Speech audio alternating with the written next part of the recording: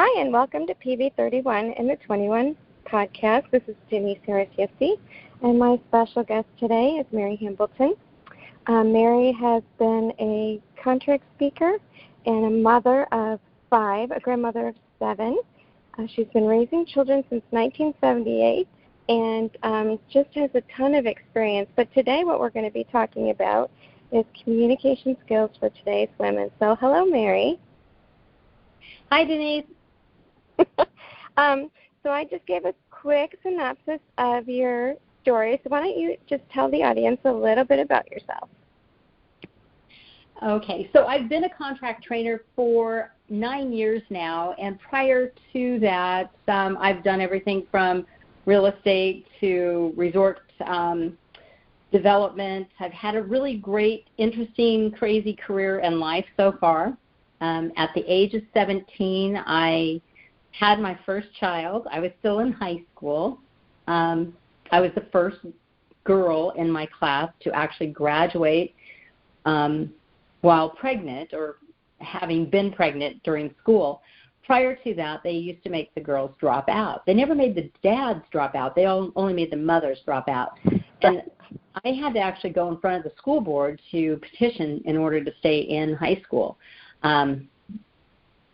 So I guess all along throughout my life, I've thought the traditional, you have to do this as opposed to what I want to do. And I was really, really blessed with an incredible son who's now getting ready this year to turn 39, next month actually. And he has given me 2 of my wonderful grandchildren. He's a very successful young man, and I really feel like my message is to help other women get through some of the challenges that they have in their life, because so many times we haven't been given the tools that we need to be successful, or we listen to society telling us we should do this or we should do that, and it's not really what's truly in our heart. And I think that having learned from some of the things that I've gone through and I've helped other women go through, that those skills are very transferable to your professional life as well as your personal life. Okay. Oh, that's wonderful. And you know, you've really overcome some things that, you know, in life people allowed to become tombstones in their lives. Just in reading your bio, you mentioned that you had been married for almost 25 years when your first husband actually passed away. So, you know, just in that, you see so many women, you know, either like you said, let life dictate to them how they're supposed to react or respond when they come against those types of major adversities, actually junctures in their life. But I love what you said, you know, when society tells us who we are and how we're supposed to be, especially when everything in you kind of goes, but I don't fit in that box. So I appreciate how you said that. So you did say you were widowed after 25 years, and then you met your fabulous, amazing husband. So why don't you tell us a little bit about that? Well, you know, right after my first husband passed away, I was struggling pretty hard with anger and grief and frustration, and not really sure what I was going to.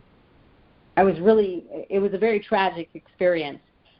His death was very tragic, and I was angry.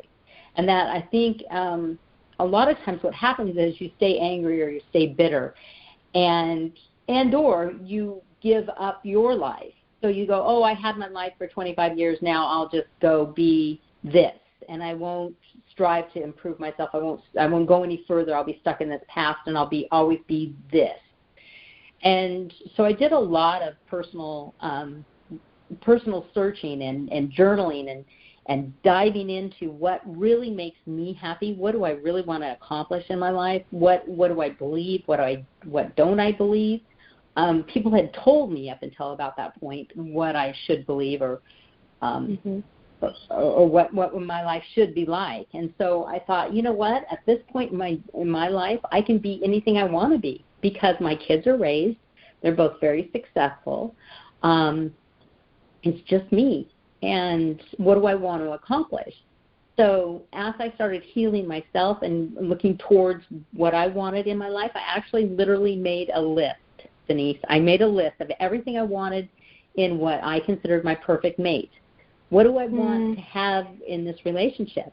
And so when I met this man in the hot tub at our local fitness center, him and I really sparked an interest in one another. But I told him, I said, I don't date. I know exactly what I want out of my life. And I said, I even made a list. And he said, well, I have a list too. So I'll show you my list if you'll show me yours. And at that time, Rob was working on using the law of attraction. His company, Soul Canyon, was actually called Soul Canyon and Associates.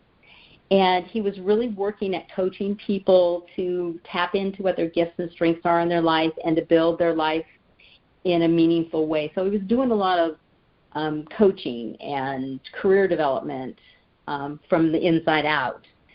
And so him and I had some really fabulous conversations, and we started talking about the different personalities, because your personality oftentimes is we like to call it your candy coating that's on the outside of you. Inside of you, you're chocolate, like an M&M, and that's your heart and your soul and your beliefs, your core values, all that sort of thing. But your personality, that outside coating that you show the world, can oftentimes cause problems and cause people not to get along well. Some studies, as much as 95% of your interpersonal stress happens around personalities. So I said, the inside stuff, that real deep work, is hard to make a living off of. It really is. And I said, why don't we do something fun?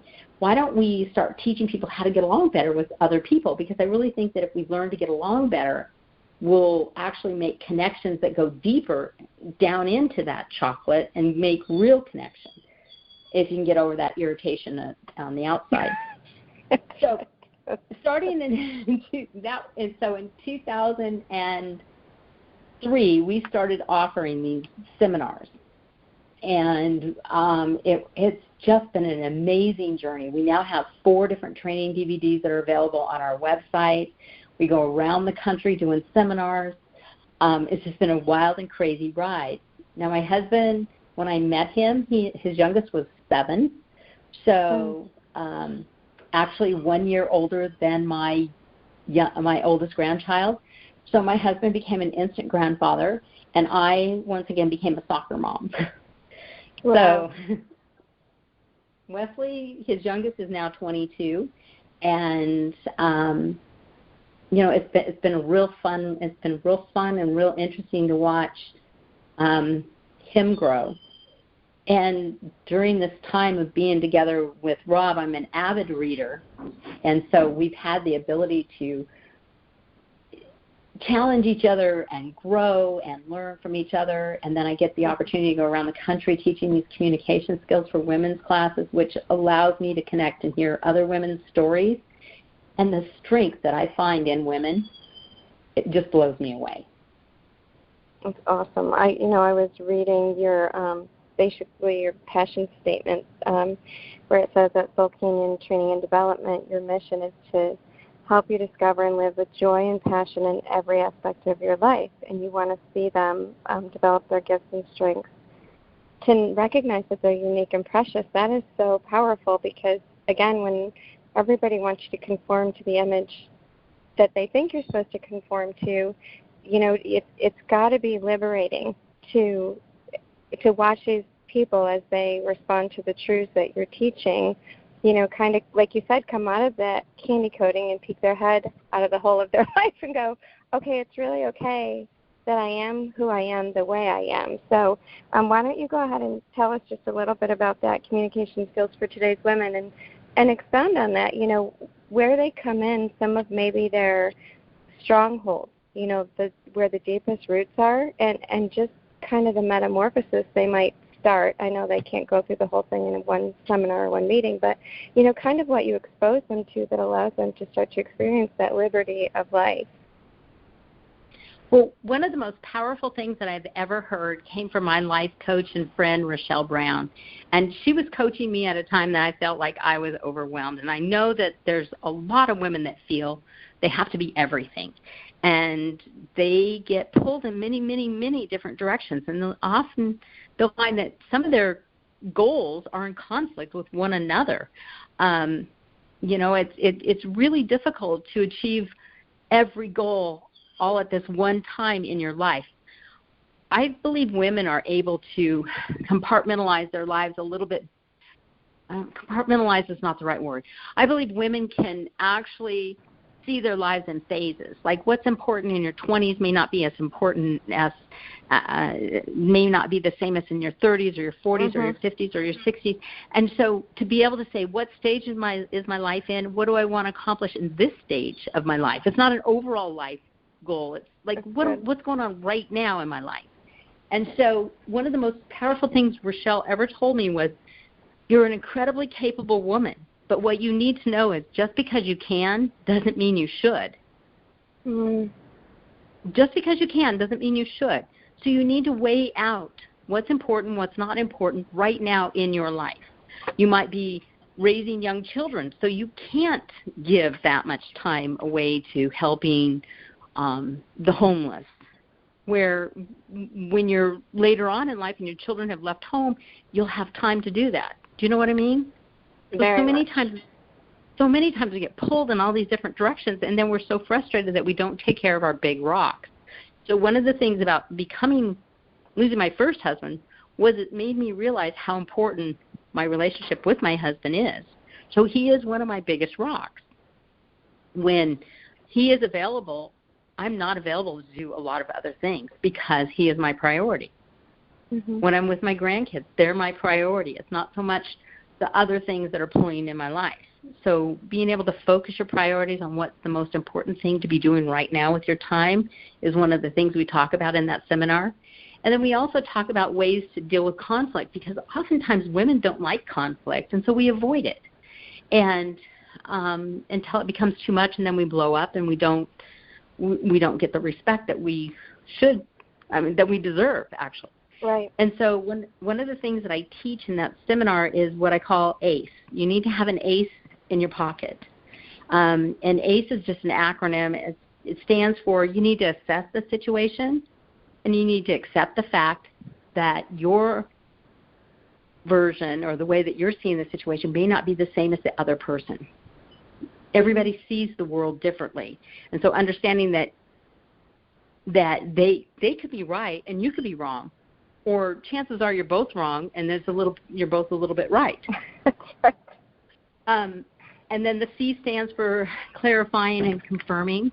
Clarifying that, this is how you see the situation.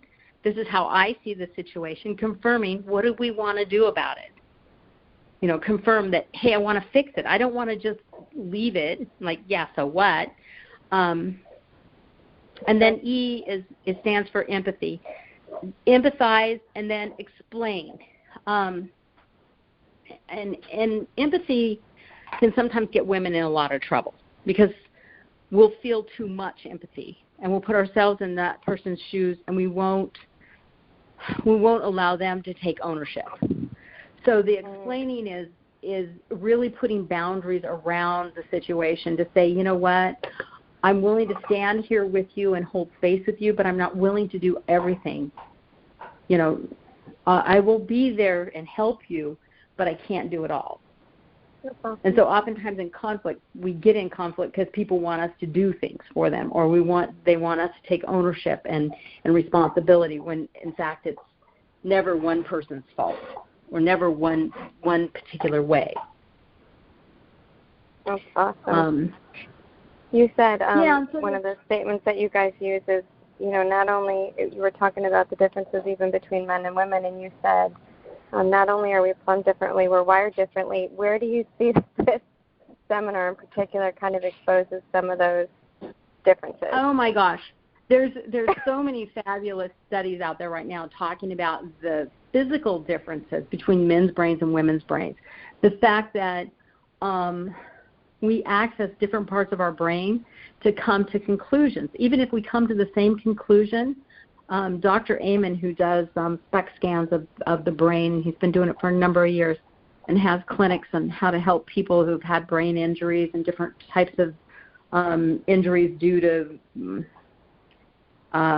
birth defects or chemicals or anyway, he does these wonderful brain studies, and he said that when they monitor the brain activity, they'll monitor a man's brain and a woman's brain, and women's brains never stop. Men's brains actually go into like a power saving mode, I guess would be about the best way to explain it, where they just aren't thinking of anything. And any of us that have been married have experienced that. When you ask your husband or your significant other, or oftentimes even just your boys, your sons, that's right. Yeah, your sons. What are you thinking? And they say nothing.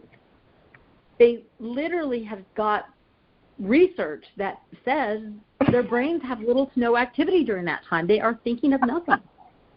And that women, we actually have no shut-off. Our brains are more active when we sit. If we're sitting still, our brains go in hyper mode. And this is the reason why we don't sit still and watch TV very well. This is the reason why when we sit down, we want to start talking. It's really a challenge when we're trying to share the same space, because they're trying to think of nothing and we're trying to fill it with everything. Because we're thinking, oh, they've stopped. Now they can hear all this stuff. And so then they go on this and they're not actually hearing you. That's just the hum that happens to the motor when it's an idle, I think. You know what's so hilarious, though, is, I think any woman, and I appreciate, it's like one of those things, and I think that's where your seminars or the DVDs or whatever, it becomes so valuable because, so many of us, so Ron has 3 daughters, I have 2 sons, so together, our family, we have 5. Well, when I'm with my sons and Ron, and you're right, when they're sitting and I'm like still cleaning or still doing something, they're like, will you please come sit down? But if I'm sitting, I'm not really sitting. Like I'm sitting on the outside, but on the inside, like everything outside, which, like I said, until you just revealed that truth to me, I didn't realize a million other women that are going to listen to this are going, oh, I'm so glad I'm not the only person that does that, because it is hard for my sons and my husband to relate, to go, can you not just sit? And it's going, it's a deposit for me. Yeah, and Ron, so for him, like his love language is that need to spend time with me. And so that is a major deposit for me, because when I'm sitting and he wants me just sitting, that does drain you, because your brain is going, I should be doing this and doing this and doing this. And you kind of almost, like what you said, when you finally have time with Rob, it's going, okay, at this moment, this is the priority. So, but that's really helpful to know that. Well, it's helpful for both men and women to know that about each other. I'm not trying to drive you crazy. I just can't. My mind starts working in overdrive the moment I sit down. And then when I finally do sit down, a lot of women, especially young women, can relate to this. When they finally do sit down and they can get their brain to kind of stop, they fall asleep. Right. I used to jokingly say when my kids were young, I never watched an entire movie, because as soon as I sat down and I could get my brain to quiet, I actually fell asleep. Wow. So that's so cute. Okay, so in your seminars, let me ask you this really quick, because I want to be sensitive, and we totally need to do this again. But so in your seminars, you see a lot of women that come in. They spend the money, they spend the time to come and sit. Where do you feel like some of the major hurdles for women are in overcoming and kind of getting from perception to truth? Because most of us have been taught. We're running into a really unique situation, Denise, where we have 17-year-olds and 71-year-olds in the workplace. So we have generational differences as well as gender differences, which can be challenging. But a lot of us were taught that it's rude to interrupt. So we let people talk over us and we won't interrupt back, so our voice doesn't get heard. Or we get angry that they interrupted because we think it's rude. The other biggest challenge is trying to figure out how to fit in today's world, because we didn't actually design the world of business, men did. We don't think the way that a lot of businesses were designed. And so it's always been challenging for women in the workplace, because the way we want to be a team player, we oftentimes will self-sacrifice, and it's seen as a weakness. The other thing, the Confidence Code, which is a fabulous book, talks about it, and the fact that women don't reach for opportunities as much as men, because we want to make sure that we have every competency on that opportunity or that job description checked off. And so we will make sure that we have all 10 of them checked off, where a guy will look at a situation and he'll say, hey, you know, I've got 3 or 4 of these things. Put my name in the hat. I can do this. And so oftentimes we're overlooked and bypassed for positions and jobs that we were well suited for. And then we become resentful, because it hurts to self-sacrifice. And so oftentimes if we've self-sacrificed, we will later become resentful of that sacrifice. And so that's Go ahead. I think that's one of the most important things that women need to understand, is that all of that martyring and self-sacrificing, if it makes you bitter, it wasn't worth the price. No, and you know where I see that, not just in the workplace, but also I've really tried to train all of our kids, but especially our daughters, is, because you do concede so many times, and not just for lack of conflict, just because it's really not important, the value of the relationship or whatever, in your brain, like you said, which may be perceived as weakness, is more valuable to you, and so you do concede. And yet when you feel like it's devalued or misunderstood, that resentment does build up. It does when you're making those sacrifices and they're not appreciated, and I've had that conversation with many women, that it really does create kind of like that callousness, where as emotional as we are created to be and as loving and nurturing, it creates almost like an indifference in those situations. So I appreciate that. That's very good, I think, and an important truth for people to hear is to recognize, just make sure that you're, to coin the phrase, not throwing the pearl before the swine, because sometimes they're just not going to get it. So, no, they'll just step on them. Yes, and so anyway, so do you have any story in particular where you feel like, you've kind of really seen somebody get it and it encouraged you to go, I'm really fulfilling my purpose and destiny, where you see kind of like the light bulbs come on in the conferences or in a moment where somebody will come up to the table and go, that really helped me? I see it a lot in places where I've gotten a chance to go back to. In a one-day seminar, it's really difficult to get a feel. I mean, we laugh and have a good time. One of the things I always touch base on is the personalities and how to understand the personalities, and those light bulbs come on often within the seminar, because oftentimes opposites will attract each other, and then they irritate each other. And so, I asked my friend who was a marriage counselor one time, I said, what is the biggest cause of divorce? And he said, the same reason people got married. And I said, what do you mean? And he said, well, let's put it this way. She marries him because he's her rock. He's solid. She divorces him because he's boring. He never wants to do anything. He doesn't share his emotions.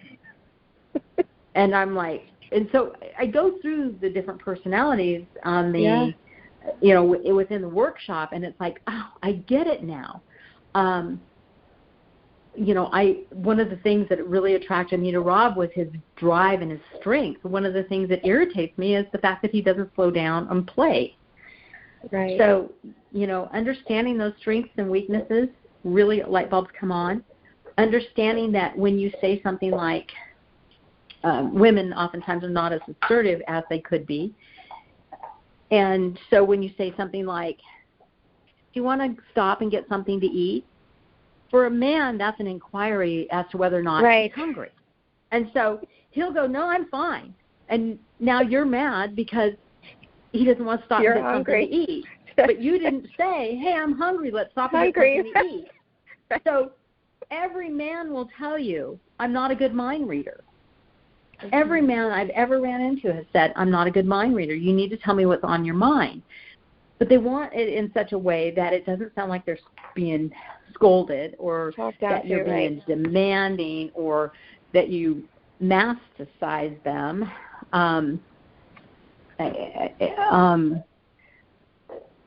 We need to find a gentle. We need to remember that that there's strength in gentleness. We don't have to be. We don't have to be men in dresses, and they are not big hairy women. They're men, and we're women, and there's strength in both. You know what I mean? Well, and you know what I think? Yeah, I do, and I think especially in this day and age, and what the social culture has created, especially driven through the television, is that men are mindless. You know what I mean? I see a lot of sarcasm. I see a lot of demeaning, and you're right. That gentleness, that affirmation goes a long way, and it doesn't make us weak, especially when you're trained in an independent environment. It doesn't make you weak to be a support.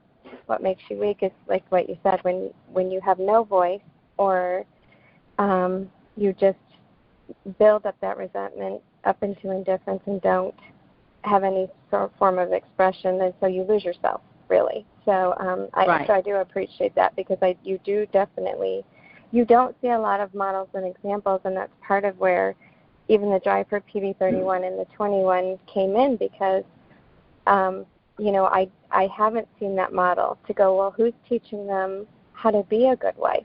And a good wife doesn't necessarily mean Donna Reed. A good wife just means exactly what you just said. You know your husband, you know his strengths, you know his weaknesses, you know his quirks, and you know how to support him or cover him, or, and so that's really an amazing resource, as they start to recognize principles, even how a man is built, and then personalities, how their man is built. It really helps with the communication part of it, which is where that today's communication for women probably becomes a huge resource for them. Well, I love teaching that class because I learned so much from my audience and the audience light bulb moments of, prioritizing. We talk about prioritizing. We talk about becoming more assertive. We talk about dealing with conflict before conflict gets to be such a big deal, because conflict, when it first happens, is typically fairly minor. It's just after time, without speaking up, it can become worse. And in her book, and one of the things I always stress about the communication skills for women is this is not us against them. I love men. I love their strengths. I think men are honorable. I think they actually show a lot more honor than women do. I think women are loyal and loving and kind and have empathy, but I think the strength of men is honor. And you will see when the chips are down, men are great team players. They really are, but they're very competitive. Right. And so we don't sometimes understand that competitiveness. And so we will take that as being aggressive, and the guys are just, no, it's just competition. So it's trying to understand from the other person's perspective, or the other gender's perspective, how do you interact with each other? What's fair? What's right? And what are our rules of engagement, so to speak? Right. No, that's good. So you and Rob both together have several resources at the Soul Canyon Training and Development. So why don't you let people know how some of the resources first, and then also how they can get in touch with you if they're interested in either attending an event, hosting an event, anything like that. Okay, thank you. Our first phone call is free. Our first visit's free. So anytime you can reach out to my cell phone, 541 area code 218-7601. Drop me an email at Mary at Soul Canyon. That's S like Sam, OULCANYON. Or visit us out on soulcanyon.com. And there's all kinds of free resources that you can sign up for. We've got Microsoft Excel tips. We've got team building tips. We've got, contact us tips, and all of our products are listed out there. And we're located in beautiful Southern Oregon and travel around the country. Yes, you do. So we're available anywhere. The Communication Skills for Women's Build that I have coming up April 19th is in Medford, Oregon, and it's a fundraiser for Habitat for Humanity Women's Build. So a bunch of women are going to build a house for another woman. It's a fabulous project. I'm super excited about that. That's great. Awesome. Well, I'm so excited I got to do this, and as you're talking, there's so many other things that pop up to go, we could talk about this. But I am going to let you go. I so appreciate you taking this time to make this investment into the women who will hear this. For those of you who have joined us, thank you so much for spending this time with us at PV31 in the 21 podcast. Please make sure that you click that little subscribe button on your podcast so that all future podcasts can just download straight to your phone. If you hadn't had a chance to visit us at PV31 in the 21 Facebook, please get a chance to do so. Make sure that you like us and share us, because we are trying to reach women across the table and around the world, one share and one like at a time. So be blessed. Thank you so much to Mary Hambleton for joining us. I'm sure we're going to hear from you again, and we'll talk to you later. Well, thank you, Denise. You're welcome. Bye-bye.